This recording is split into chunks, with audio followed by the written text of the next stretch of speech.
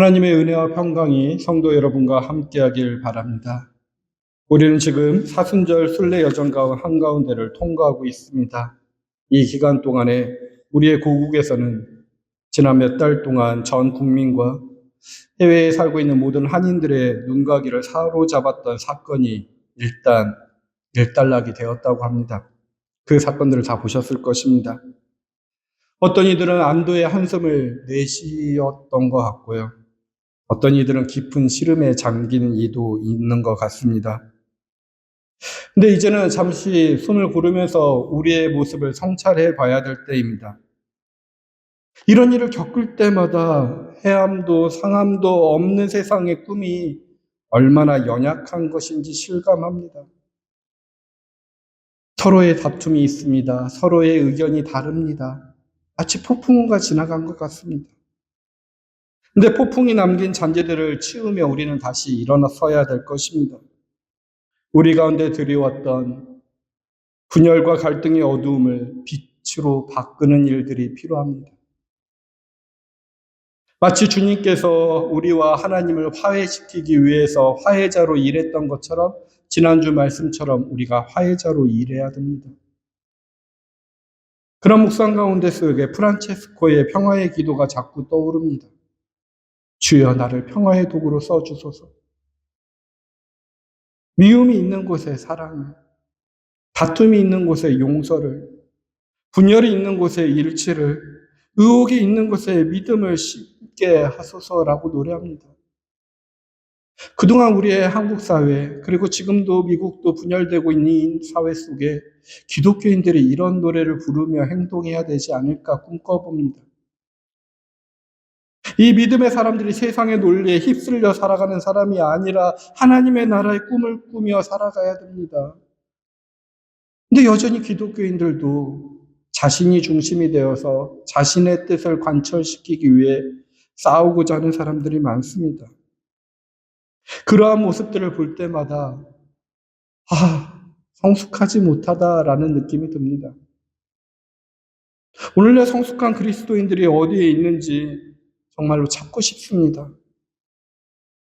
삶의 자리가 척박할수록 성숙한 사람들이 필요합니다. 사랑과 용서와 다정의 씨를 뿌려야 될 사람들이 필요합니다. 그리고 그 세상이 이루어질 거라는 소명을 가진 자들이 필요합니다. 그런 마음 가운데 속에서 오늘 주신 빌립보서 3장 말씀 속에 15절, 16절 말씀이 더욱더 눈에 들어왔습니다. 특별히 15절입니다. 그러므로 누구든지 성숙한 사람은 이와 같이 생각하십시오라고 합니다. 성숙한 사람은 지금 바울이 빌립보 교인에게 편지 보내는 내용처럼 같이 생각해달라고 부탁합니다. 나는 성숙한 사람인가? 지난 우리 3주, 4주 동안은 계속해서 변화, 거듭남에 대해서 묵상했습니다. 오늘 우리에게 성숙한 사람으로 변화되라 주님께서 초대하는 듯 말씀이 울렸습니다. 우리 모두 다 성숙한 사람으로 변화되어야 될 것을 꿈꾸는데 이 성숙이라는 것에 대한 생각들이 조금 다른 것 같습니다. 그런 가운데 속에 점점 더 이번 주 말씀을 준비하면서 저는 이 15절 말씀에 멈춰서서 성숙이라는 것이 무엇일까? 성숙한 그리스도인들은 무엇일까? 성숙한 그리스도인들이 있었다면 이번 혼란에 있었던 한국의 사회 속에서 기독교인들이 어떻게 행동하고 오늘날 이 미국 땅에 사는 기독교인들이 어떻게 살아가야 될까라는 내용들을 계속 묵상해 보았습니다. 그래서 오늘 먼저 이 성숙이라는 내용을 여러분과 함께 묵상하고자 합니다. 성경 말씀 속에서도 많은 도움이 되었지만 저는 존 스토트의 목사님 제자도의 책 속에서 이 성숙에 대한 내용들을 깊이 묵상할 수 있는 인사이트를 얻었습니다. 그러면서 이 성숙을 생각하면서 두 가지를 떠올려 봤습니다. 하나는 발효입니다. 우리가 즐겨 먹는 김치가 발효 과정을 거쳐야 하지만 영양 좋고 맛 좋게 변하는 그 발효에 대해서 생각해 봤습니다. 두 번째는 바울 사도가 사용한 열매입니다. 그리스도인이 성숙한다는 것은 김치가 발효되어서 김치 고유한 맛을 내는 것처럼 그리스도인의 고유한 맛을 내도록 변화시키는 것이며 나무가 제 기능을 다하여 열매를 맺는 것처럼 그리스도인으로 사명을 다할 때 성령의 열매를 맺든 하나님의 사랑의 열매를 맺는 것이 아닐까 생각해 보았던 것입니다. 근데 이 발효, 열매 맺는 거, 여러 가지의 공통점이 있었습니다. 그리고 그 공통점 때문에 우리가 성숙해 가는 길을 포기하고 멈출 때가 많이 있었다라는 것이 생각되었습니다. 그래서 그 요소들을 한 4가지의 요소를 생각해 봤는데 그 요소들을 하나씩 생각해 보고자 합니다. 우선 첫 번째, 성숙은 긴 시간 동안 진행되는 지속적인 과정입니다. 담가서 바로 먹는 김치를 우리는 김치라고 부르지 않습니다. 겉절이라고 부르죠. 겉에만 살짝 절여서 먹기 때문에 표현한 것 같습니다. 김치 같은 모습이지만 김치의 그 깊은 맛은 없습니다. 우리가 알고 있는 그 제대로 된 김치의 맛을 가지려면 최소한의 시간이 필요합니다. 아니, 또 그 깊어지는 시간만큼의 다른 깊은 맛을 필요로 합니다. 긴 시간 동안 지속적인 발효의 시간이 필요합니다. 열매 맺는 것도 그렇습니다. 나무 하나를 심어서 열매를 얻으려면 심어본 사람만 안답니다. 몇 년이 걸린답니다. 나무가 자라는데도 오랜 세월이 필요하고요. 나무가 다 성장해서 열매를 맺을 것처럼 보이지만 꽃도 피우고 잎도 피우고 싹도 나지만 열매는 몇 년 후에 때가 되어야지만 맺는다고 합니다. 그러니 좋은 열매를 얻으려면 열매가 없더라도 잎이 돋을 때까지 열매를 맺을 때까지 꾸준히 나무를 가꾸어 주어야 하는 지속적인 시간이 필요하다고 합니다. 근데 우리 그리스도인의 성숙도 마찬가지입니다. 그리스도인 자라나야 됩니다. 성숙해야 됩니다. 목숨이 다하는 순간까지 끊임없이 자라나야 되는 것입니다. 어느 정도 이만하면 됐다라고 하는 순간이 없습니다. 근데 이 지속적인 과정 속에 이 과정이 너무나 멀기 때문에 포기하는 이들이 많지 않을까요? 오늘 나의 이 성숙의 지속적인 과정에 나는 얼마나 견디고 있는지 이번 한 주 깊이 묵상해 보시길 바랍니다. 두 번째 성숙은 적정한 조건의 결과라는 것을 생각해 보셔야 됩니다. 성숙을 원한다면 결과에 집착해서는 안 됩니다. 우리는 늘 결과에 집착하죠. 이 성숙은 조건과 과정이 더 중요합니다. 맛 좋은 김치를 원한다면 그런 조건을 갖춰 주어야 되는 것이고, 탐스러운 열매를 원한다면 나무가 그런 열매를 맺을 수 있는 조건을 갖춰 주어야 된다는 것입니다. 적정한 조건을 갖추고 기다리면 그것이 저절로 발생하는 것입니다. 그리스도인의 성숙도 마찬가지일 것입니다. 그리스도인으로 성숙할 수 있는 조건에 항상 머물러 살아가는 것이 필요하다는 것입니다. 즉, 성숙은 만들어내는 것이 아니라 발생하는 것이라는 것을 깊이 생각해 보십시오. 그리스도인이 성숙할 수 있는 조건들을 말씀 속에서 예수님은 이렇게 가르쳐 주셨습니다. 비유로 알려주셨는데요. 요한복음 15장 5절입니다. 나는 포도나무요, 너희는 가지이다. 사람이 내 안에 머물러 있고 내가 그 안에 머물러 있으면 그는 많은 열매를 맺는다. 너희는 나를 떠나서는 아무것도 할 수 없다. 비유를 알려주셨습니다. 내가 그 안에 머물러 있다면, 머물러 있다라는 것입니다. 포도나무 가지가 포도나무에 붙어 있는 것을 표현하는데 가장 적절한 단어를 쓴 것 같습니다. 가지가 줄기에 붙어 있는 것처럼 늘 주님과 동행하는 것이 그리스도인으로 성숙할 수 있게 되는 조건이라는 것입니다. 줄기에 붙었다 떨어졌다 왔다 갔다 하면은 성숙할 수 있는 힘을 잃어버리는 것입니다. 우리가 행하는 모든 신앙의 행위, 즉 예배, 기도, 봉사, 영적인 사귐, 말씀 공부 등을 가진 우리가 줄기인 예수님에게 머물러 있게 만들려는 노력입니다. 사순절의 기간도 그렇습니다. 1년 동안 내가 신앙생활 속에서 예수님 안에 머물러 있는 생활이 멈춰져 있고 그런 모습이 없다라면 다시 한번 사순절 기간 동안 예수님과의 깊은 사귐의 자리로 들어와 보라는 것입니다. 그리고 1년 내내 그러한 삶을 살아보라는 것입니다. 그런 조건과 결과를 만들어 놓는다면 하나님의 때에 그 결과를 우리를 볼 수 있다는 것입니다. 근데 우리가 그런 적정한 조건과 환경을 만들어 놓지 않고 내가 신앙적으로 성숙할 수 있는 삶의 공간에 나를 들여다 놓지 않고 결과만을 기다리니 우리가 중간에 멈출 수 있는 것입니다. 이 성숙의 길을 한번 또 깊이 묵상해 보십시오. 또한 세 번째 성숙은 진정한 자아 실현이라는 것에 대한 목표를 확실히 두어야 됩니다. 김치가 숙성되어 가는 것은 그 김치 자신만의 맛을 찾아가는 과정입니다. 열매가 익어가는 과정은 나무로서의 그 사명을 다하는 과정입니다.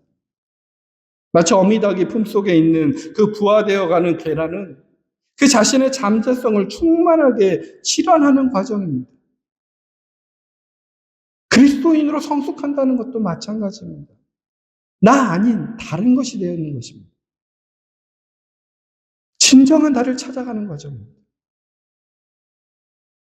마치 나의 목소리를 찾는다. 아니면 나의 소명을 찾는다. 나의 잠재성을 찾는다. 나의 보이지 않는 하나님의 형상을 찾아가는 과정이라 표현할 수 있습니다. 내가 성숙한 만큼 내가 나 되어가는 과정입니다. 그런데 이 나 되어가는 이 삶은 내가 생각한 것보다 훨씬 큽니다. 내가 알고 있는 범위보다 훨씬 넓은 것입니다. 근데 내가 생각하는 나에 갇혀 있으면 초라합니다. 세상 사람들도 성숙하라고 이야기하죠. 근데 그 성숙은 다 나에게 갇혀져 있습니다. 나의 겉모습이 단단해지고 사람들이 보아줄 때 그 이력이 화려해지고 이력서에 있는 내용들이 풍부해져서 쓸모 있는 사람으로 챙겨지라고 그런 성숙함으로 사람들은 표현할 때가 있습니다. 하지만 그런 나에 갇혀 있을 때 우리는 초라해집니다. 그리고 내가 경험하는 이 세상이 전부이고 나를 포장하는 그 성숙에 대해서 목적을 가질 때 우리는 절망할 수밖에 없습니다. 우리는 그 이면의 것을 생각해야 됩니다. 너머에 있는 것. 우리의 보이지 않는 그 하나님의 형상. 전혀 다른 것을 찾아야 됩니다. 외적인 것을 성취하는 것을 저는 자아 실현이라 생각해 봤습니다. 하지만 신앙은 내적인 차원에서 자기 실현하는 것이 필요합니다. 자아 실현에 넘어서 자기 실현으로 가야 됩니다. 자아 실현은 생존을 위한 조건 속에 아주 충실하지만 나이가 들면서 성숙한 신앙이라면 자기 실현에 집중해야 됩니다. 그래야 삶의 의미가 생기고 그런 사람은 그 의미 없는 삶을 살아갈 수가 없습니다. 그걸 다 하찮게 여기게 됩니다. 오늘 예수님을 만나기 전 바울은 자기가 자아 실현에 아주 애썼던 모습을 이렇게 표현합니다. 가말리아 제자로 탁월한 학벌을 가졌다고. 로마 시민권자로 기득권을 가졌던 사람이라고. 8일 만에 할례받은 정통 유대인이라고. 베냐민 지파로서 왕족의 후손이라고.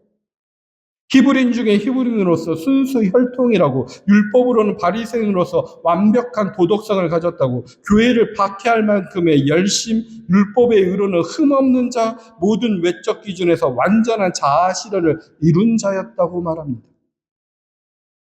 그러나 바울은 그 모든 것을 해로운 것으로 여기게 되었다고 합니다. 이전에 자랑했던 것을 다 오물로 여기게 되었다고 합니다. 그는 다메섹 도상에서 예수 그리스도를 만난 후에 전혀 새로운 삶의 지평이 열렸기 때문입니다. 이제 그는 그리스도를 아는 것을 가장 고귀한 지식으로 여겼고 그리스도를 얻고 그분 안에 있는 사람으로 인정받고자 했습니다. 그때부터 자기 실현이 시작되었던 것입니다. 성숙한 그리스도인으로 나아가는 길이 시작되었습니다. 그러니 바울은 이제 더 이상 그가 바라는 것은 외적 성취도, 자기 성공, 스펙도 아니었습니다. 그냥 그리스도를 아는 것, 자기 안에 있는 그 그리스도의 형상을 깨닫는 것이 목표였습니다. 또한 그리스도의 부활의 능력을 아는 것, 내 안의 형상이 그 생명으로 다시 일어날 수 있다라는 것, 그러니 나를 본받으라고 표현할 수 있었죠. 그 가능성이 있다는 것을 알아갔습니다. 그러니 그리스도의 고난에 참여하는 것에 대해서 그 목표를 삼았습니다. 고통 속에서도 자기 실현을 이룰 수 있는 길이 있다는 것을 발견한 것이죠. 또한 그리스도의 죽으심을 본받는 것이 목표가 되었습니다. 외적 자아가 죽고 속 사람이 살아나는 것입니다. 그래서 부활에 이르는 것에 목표를 둘 수 있습니다. 죽은 자들 가운데서 일어나 영원히 살아있는 자로 사는 것이 목표가 되었습니다. 이것이 그의 바울이 느꼈던 기독교의 신앙의 신비였습니다. 그러니 오늘 우리도 성숙을 생각해야 된다면 겉모습의 성숙을 생각하지 마시고 내면의 성숙을 생각해 보십시오. 겉모습의 성숙을 생각할 때 우리는 멈춰 있게 되고 그 목표를 향해 달려가지 못하지만 우리 내면에 있는 성숙을 생각한다면 우리는 멈추지 않고 계속해서 그 목표를 향해 달려갈 수 있습니다. 외적 자아가 아니라 내적 자기와 친해지십시오. 우리 안에 있는 그리스도의 형상을 발견하게 될 것입니다. 그리고 그 발견은, 그 성숙은 우리를 새로운 삶으로 우리를 인도하실 것입니다. 네 번째 성숙은 타자를 위한 헌신입니다. 이 성숙은 타자를 위한 헌신으로 완성된다는 것이죠. 발효된 김치는 그 김치 모습으로 머물러 있지 않고 배고픈 사람의 식탁에 올려져서 맛있게 먹히는 것으로 그 성숙이 완성됩니다. 열매는 어떤가요? 동물들과 그 수많은 그 동물들에게 먹힘으로 통하여서 그 동물들을 배부르게 하고 그가 갖고 있는 가장 핵심적인 씨는 이 땅에 뿌려지게 되어 있습니다. 동물에게 먹히지 않으면 그 열매는 땅에 떨어져서 땅에서 썩어서 거름이 되어주고 거기 있는 씨앗이 생명력이 이 땅 속에 번성을 누리게 하는 것입니다. 성숙의 궁극적인 목적은 모두 다 다른 사람을 이롭게 하는 데 있는 것입니다. 근데 이 목적을 잃어버리고 충분히 발효된 김치나 잘 익은 열매가 자기 거에만 머물러 있으면 어떻게 되나요?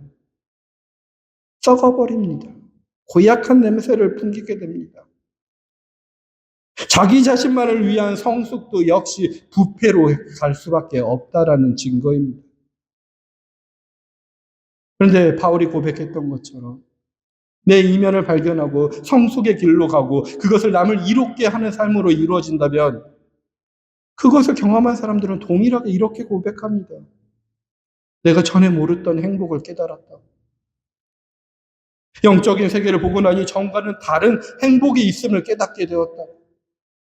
전에 즐기던 것은 실은 즐기는 것이 아니라 내 자신을 괴롭혔고 내 자신을 올가매었던 쇠사슬이었다. 전에 행복이라고 느꼈던 것은 실은 착각이었다는 사실을 깨닫게 된다고 합니다. 하나님을 알고 영적인 세계에 눈을 뜨기 전에 무엇이 행복인지 몰랐는데 그렇기 때문에 성숙해지는 정도에 따라 행복의 내용이 다 달라졌던 삶을 살았는데 상대적이고 평가받는 행복이었는데 그래서 물질이 쌓이는 것이 행복인 줄 알고 살았는데 이제는 나누는 것이 행복이라는 것을 알게 되었다는 것입니다. 그전엔 나의 유익을 위해 일하는 것이 행복이었는데 이제 다른 사람의 유익을 위해 일하는 것이 행복이라는 것을 깨닫게 되었다고 표현합니다. 그전엔 왜 내가 다른 사람 때문에 이런 고생을 하지라고 투정했는데 이제는 그 고생이 달고 행복하다고 고백하는 사람들이 있습니다. 그전에는 나를 알아주지 않은 사람들이 없다라는 게 야속했는데 이제는 아무도 몰라주는 것이 아무렇지도 않다라는 것입니다. 그럴수록 하나님은 더욱더 기뻐하는 거고 그럴수록 나는 더욱더 신앙적으로 성숙하는 것이고 나의 자기 실현이 이루어지는 것이기 때문에 그렇습니다. 이렇게 그리스도의 행복은 다른 사람을 위한 헌신에서 완성됩니다. 근데 여전히 세상적인 가치관 속에서 나를 채워야 되고 내가 원하는 것이 이루어지고 바라는 것이 이루어진다는 것 속에서 행복이 생긴다고 생각하는 사람에게는 이 감정과 이 진리를 알 수가 없는 것이죠. 그러니 성숙의 길에서 멈춰 버리는 것입니다. 성숙의 종착점은 분명히 다른 사람을 위해 사는 데 있습니다. 주님께서 그렇게 사셨고요. 그런 점에서 바울은 자기도 그렇게 살겠다고 고백하는 것입니다. 오늘 빌립보에게 얘기하는 그 10절, 11절 말씀 한번 다시 한번 보십시오. 10절, 11절에 바울은 이렇게 고백합니다.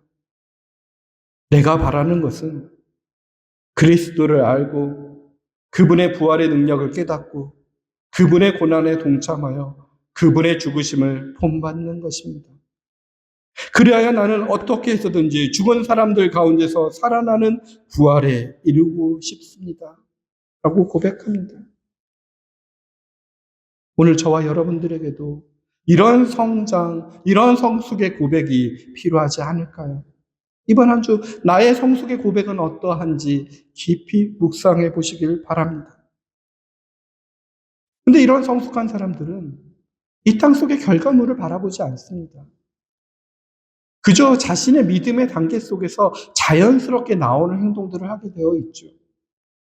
오늘 16절의 마지막에 바울은 이렇게 권면합니다. 어쨌든 우리가 어느 단계에 도달했든지 그 단계에 맞추어서 행하라고. 너무 속이지 말라고요. 하나님이 주신 마음 가운데 속에 자연스럽게 표현해 보라고요. 세상적인 판단으로 그것을 평가하지 말라고 권합니다. 오늘 복음서에서 말씀 속에서 그것을 증거해 보입니다. 오늘 복음서의 말씀을 보면 아름다운 한 여인이 등장합니다. 이 여인이 믿음이 아주 풍성하고 완전히 성숙해 믿음의 사람이라고 표현하고 싶지는 않습니다. 그저 예수 그리스도를 알았고 어느 단계인지 모르지만 자기는 그저 머리카락으로 그 발을 닦고 싶었고 향유를 드리고 싶었고 그 예수님께 드리는 것입니다. 목표를 향해 그냥 달려갔던 것입니다. 하지만 믿음의 제자들이라고 표현했던 제자들은 그걸 세상적인 가치로 따집니다. 어떻게 저거를 저기다 쏘아붙을 수 있냐고. 저것들을 가난한 사람들에게 나눠주면 되지 않냐고. 그렇게 자기는 성숙한 판단을 하고 있다고 생각하지만 그것이 얼마나 자기 이기적인 중심인지 성경은 가로를 치고 그 돈을 떼어먹으려는 의도가 있는 것처럼 가룟 유다를 평가합니다. 근데 예수님은 말씀하십니다. 아무도 몰랐죠. 그 행위가 어떤 일이 될지. 자기의 장례를 준비하는 것이 된다는 것입니다. 이 여인의 행위가 한순간의 감정이 아닌 예수님의 고난과 죽음을 앞두고 들은 깊은 사랑과 헌신이 되었다라는 것입니다. 그녀가 했던 행동들이 미리 부활할 준비를 한 사람이 되었다는 것입니다. 오늘 우리가 성숙한 신앙으로서 목표를 향해서 멈추지 않고 계속 달려가다 보면 우리가 알지 못하는 행동들을 할 수 있을 것입니다. 그리고 우리가 그 결론들을 경험하지 못하는 상황이 있을 수 있습니다. 어느 때까지 이 일을 해야 되는지 막막한 순간도 있을 것입니다. 하지만 그것이 어떻게 우리에게 열매로 돌아올지, 어떻게 하나님의 나라의 일에 쓰임 받을지 모를 일입니다. 희망을 가지십시오. 제가 선포하는 이러한 설교의 말씀 내용들이 즉각 성도 여러분들에게 반응하지 않을지언정 저는 이 말씀의 씨앗들이 여러분들에게 아니면 유튜브를 통해서 선포되는 그 말씀의 씨앗들이 누군가에게 심겨져서 그것이 말씀의 열매로 변화될 것을 저는 믿습니다. 하나님께서 하시고자 하면 그렇게 할 것입니다. 여러분들의 신앙 가운데 속에 단순하고 반복적이지만 그것이 성숙의 길로 여러분들을 이끄실 것이고 여러분들의 그러한 열매가 어디선가는 씨앗으로 뿌려져서 열매 맺게 될 것입니다. 여러분의 성숙한 삶이 나오실 것입니다. 그러므로 우리 멈추지 말아야 됩니다. 계산된 일이라면 멈추셔야 되지만 하나님이 주신 그 성숙함에 이르기 위해서 단계 나가고 있으면 어느 단계에 도달했든지 그 단계에 맞추어서 행동하십시오. 끝까지. 목표를 잘 바라보면서요. 그 성숙의 길, 부활의 길, 자기의 혁신의 길까지요. 끝까지 달리는 것입니다. 바울은 오늘 13절, 14절에서 이렇게 고백합니다. 이 고백을 함께 읽어보겠습니다. 13절, 14절. 형제자매 여러분, 나는 아직 그것을 붙들었다고 생각하지 않습니다. 내가 하는 일은 오직 한 가지입니다. 뒤에 있는 것은 잊어버리고 앞에 있는 것을 향하여 몸을 내밀면서 그리스도 예수 안에서 하나님께서 위로부터 부르신 그 부르심의 상을 받으려고 목표점을 바라보고 달려가고 있습니다. 우리의 목표는 예수 그리스도의 형상을 닮아가는 것입니다. 성숙한 그리스도인이 되어가는 것입니다. 과거의 실패에 머물지 말고 현재의 안일함에 안주하지 말고 성숙의 길에 실패했다고 절망하지 말고 앞을 향해 끊임없이 걸어가시길 바랍니다. 그 길이 때로는 고되고 멀게 느껴질지라도 우리를 부르신 주님께서 그 길 끝에서 기다리고 계십니다. 부활의 삶을 희망해 주고 계십니다. 성숙은 종착지가 아니라 계속해서 나아가야 할 방향입니다. 오늘도 내일도 그리스도를 향하여서 한 걸음씩 나아가야 되는 것이 성숙입니다. 오늘 이 말씀 깊이 묵상하면서 다시 한번 한 주 동안 자신의 삶을 되돌아보십시오. 여러분의 믿음은 어떠한가요? 여러분들의 믿음은 제대로 발효되고 있으신가요? 여러분들의 믿음의 열매는 맺고 있으신가요? 여러분들에게 열리는 그 열매가 예수 그리스도의 향기와 맛이 나고 계신가요? 혹시 김치가 아니라 겉절이로 살고 계신 건 아닌가요? 내가 예수의 맛과 향기를 내야 되는데 슈퍼에 진열되어 있는 아니면 인터넷에 나와 있는 사진처럼 맛도 없고 향도 없는데 겉모습만 먹음직하게 보이는 그러한 과일로 살아가는 것은 아닌가요? 그냥 내가 어느 단계에 있든지 오늘 향유를 부은 여인처럼 그 믿음으로 나에게 주어진 믿음으로 계속 나아가시고 행동하십시오. 하나님께서는 우리의 그 삶의 여정 순간순간마다 단계마다 함께 하십니다. 우리가 믿음 안에 깊이 뿌리를 내리고 향기롭고 맛있는 열매를 맺어 이웃을 위해 섬기도록 이타적인 삶을 살도록 예수 그리스도의 십자가와 화해자의 삶을 살도록 주님은 함께 하시고 인도하십니다. 그 주님과 함께 그리스도인으로 성숙하십시오. 그럴 때 우리는 그 믿음이 비전에는 신비롭고 놀라운 일들을 경험하게 될 것입니다. 그리고 우리의 삶을 들여 이웃을 구원하는 귀한 일을 이루게 될 것입니다. 그러한 은혜가 저와 여러분 모두에게 늘 살아있기를 주님의 이름으로 축원드립니다. 살아계신 하나님 아버지, 저희로 하여금 농부이신 하나님의 손에 포도나무 가지이신 주님 안에 머물게 하여 주옵소서. 그리하여 주님에게서 흘러넘치는 생명이 저희 안에 충만하여 많은 열매 맺게 하여 주옵소서. 살아있는 동안에 성숙의 길에, 자기 실현의 길에, 열매 맺는 일에, 부활의 삶을 사는 일에 실패하거나 그 길이 끝이 보이지 않아 실망하여 멈추어 서고 싶을 때마다 주님 함께하여 주셔서 주님과 동행하게 하시고 저희의 삶이 변화되어 성숙에 이르고 부활에 이르게 하셔서 우리의 삶을 통하여 이웃이 복되게 하여 주시고 구원받게 하여 주시옵소서. 죽음의 문턱에서 부활의 주님을 바라보는 신앙과 믿음으로 우리의 순수한 믿음 그대로 행하게 하여 주시옵소서. 예수님의 이름으로 기도합니다. 아멘.